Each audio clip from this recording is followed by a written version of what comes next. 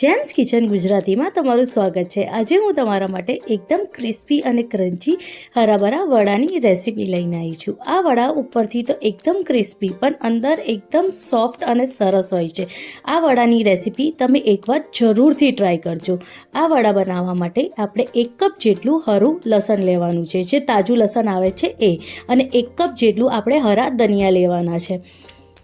હવે આપણે એને સરસ રીતે વોશ કરી લેવાનું છે। આપણે એમાંથી જે બી માટી હોય એ સરસ રીતે આપણે એને કાઢી લેવાની છે। હવે આપણે એને મિક્સર ગ્રાઇન્ડરમાં ક્રશ કરવાનું છે।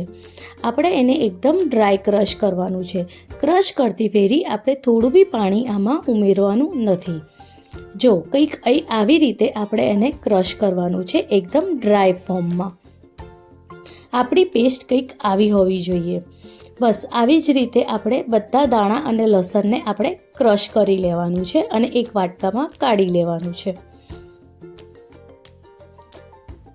જો કંઈક આવી રીતે આપણે એને ક્રશ કરીને રેડી કરી દેવાનું છે। હવે આપણે 4 થી 5 લીલા મરચાં લેવાના છે અને એને પણ આવી રીતે મિક્સર ગ્રાઇન્ડરમાં ક્રશ કરીને, જે આપણે ડ્રાય ક્રશ કર્યું હતું લસણ અને દાણાનું, એમાં ઉમેરી દેવાનું છે।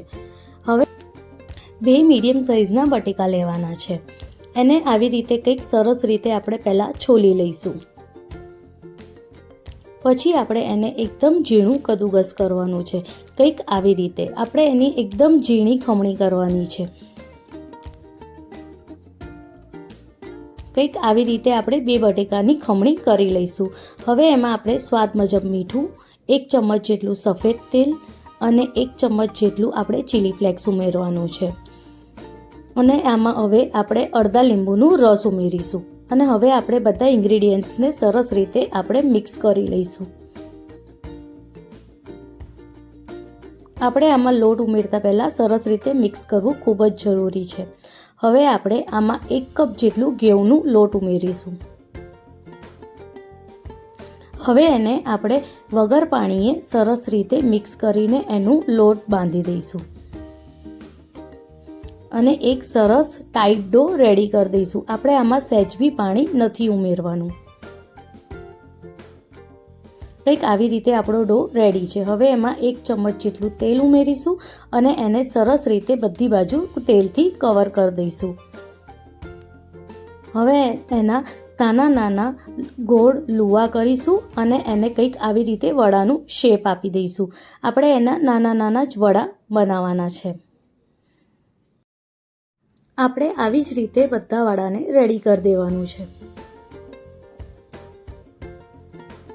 હવે આપણે એને એકદમ લો ફ્લેમ ઉપર આપણે એને ડીપ ફ્રાય કરવાનું છે। આપણે એકદમ લો ફ્લેમ ઉપર જ તળવાનું છે, તાથી એ સરસ રીતે તળાઈ જાય, અંદરથી કાચું ના રહે।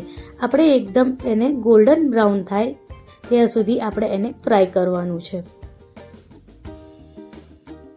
આવી જ રીતે આપણે બધા વડાને તળી લેવાનું છે અને એકદમ લો ફ્લેમ ઉપર જ આપણે એને તળવાનું છે। અને જો રેડી છે આપણા હરાભરા વડા। તમને મારા હરાભરા વડાની રેસીપી ગમી હોય તો એને લાઇક, શેર અને કમેન્ટ કરવાનું ના ભૂલતા, અને તમારા દોસ્તો સાથે બી એને જરૂરથી શેર કરજો। Thank you.